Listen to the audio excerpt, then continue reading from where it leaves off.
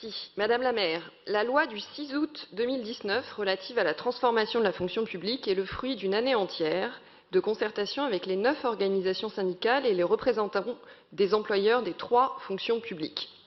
Cette loi contient d'importants leviers de modernisation, parmi lesquels la portabilité du compte personnel de formation en cas de mobilité ou encore la suppression du jour de carence pour les femmes enceintes. Ce texte prévoit également de mettre fin aux pratiques dérogatoires à la durée légale du travail, dans un souci d'équité et de meilleurs services rendus au public. Depuis le vote de la loi, 80% des communes et intercommunalités ont délibéré afin d'appliquer la loi, comme la loi le prévoit, au 1er janvier 2022. Parmi ces villes, on peut citer Rennes, Nantes, Montpellier, Toulouse, Pau ou encore Bordeaux. Mais ce n'est toujours pas le cas de Paris. Or, la question des 1607 heures n'est pas un sujet nouveau. Bien avant le vote de la loi, la ville avait déjà été rappelée à l'ordre par la Chambre régionale des comptes en octobre 2017, qui estimait à près de 74 millions d'euros le coût du temps de travail réduit à la ville de Paris. Les personnels de la ville œuvrent au quotidien pour les Parisiens. Leur rôle est au cœur du déploiement des politiques publiques. Alors que ce nouveau cadre législatif constituait une réelle opportunité de renforcer le dialogue social à la ville, il n'en a rien été.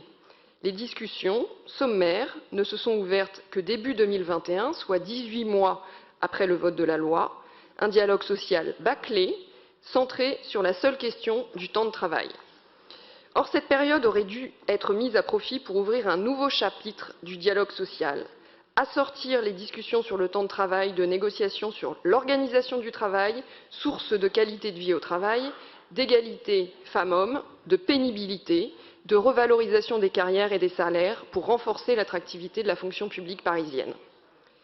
Saisi par le préfet, le tribunal administratif a suspendu l'exécution de votre délibération, estimant qu'il existait un doute sérieux quant à la légalité de ce texte.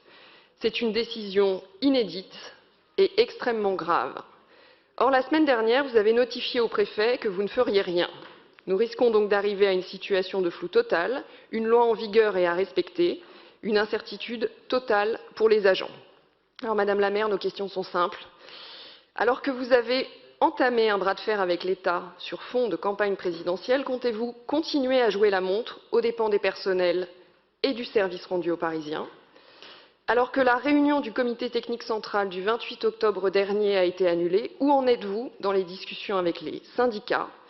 Et puis globalement, Paris sera-t-elle la seule ville de France à ne pas respecter la loi au 1er janvier 2022? Je vous remercie.